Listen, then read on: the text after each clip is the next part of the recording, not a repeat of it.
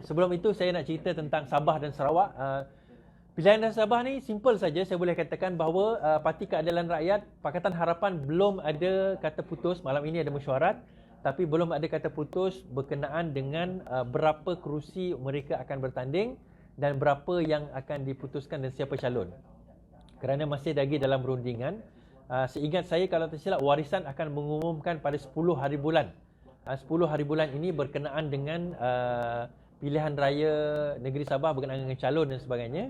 Kemudian mengenai esok juga adalah satu tarikh yang sangat menarik kerana esok adalah keputusan Mahkamah Rayuan terhadap kes Musa Aman.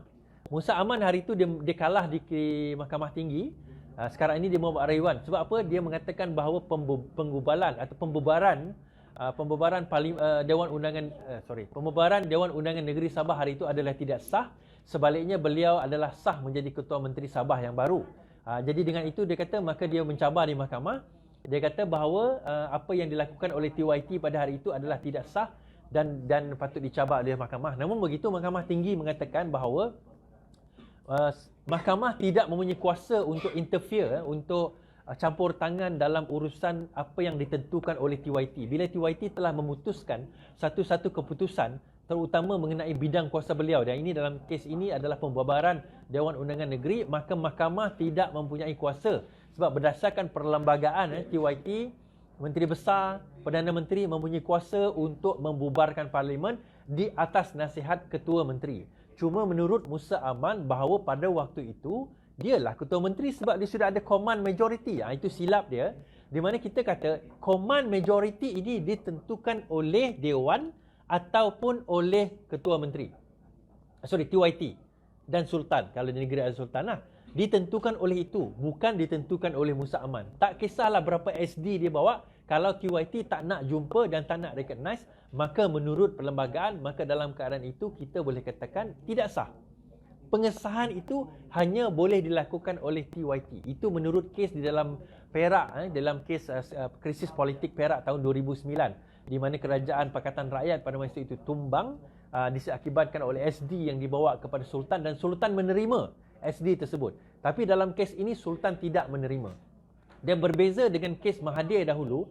Beza kes Mahathir dan Kedah, kes Pakatan Harapan dan Kedah, ini kerana Mahathir meletakkan jawatan, Mukhriz meletakkan jawatan. Itu merupakan kesalahan dan kesilapan. Saya tak kata itu kesilapan, itu kesengajaan yang dilakukan oleh Mahathir, yang dilakukan oleh Mukhriz untuk nak menjatuhkan kerajaan Pakatan Harapan. Jadi pada waktu itu kalau mereka tidak meletak jawatan, kalau Mahathir menyerahkan kepada katakanlah dia bubarkan parlimen ataupun diserahkan kepada Wan Azizah ataupun Anwar Ibrahim pada waktu itu, sebenarnya ramai dia nak lompat balik pergi masuk ke dalam ke dalam Pakatan Harapan pada waktu itu dan tidak tumbang kerajaan seperti mana yang kita hadapi sekarang ini. Tetapi dalam keadaan dan situasi yang ada sekarang ini, kita tahu itu yang berlaku dan menyebabkan kerajaan kita tumbang. It does not matter.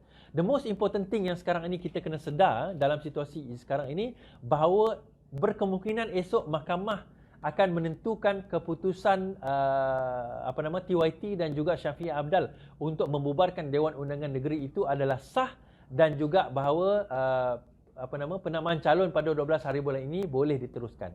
So, kalau sekiranya sah atau tidak sah, apa langkah seterusnya? Itu persoalan.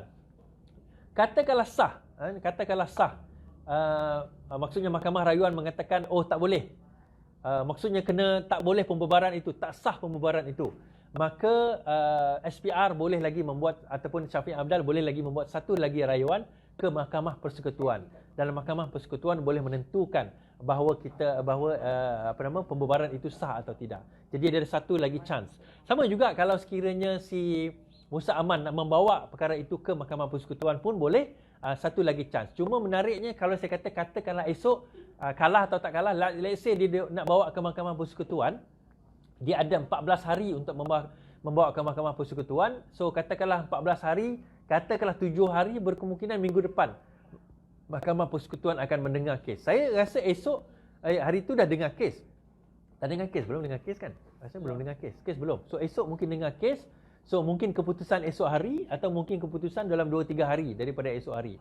But regardless of apa yang berlaku pada esok hari, sebenar-benarnya bagi saya pembubaran itu adalah sah dan tidak boleh disangkal oleh mahkamah kerana itu tertakluk di bawah kuasa Perlembagaan Malaysia.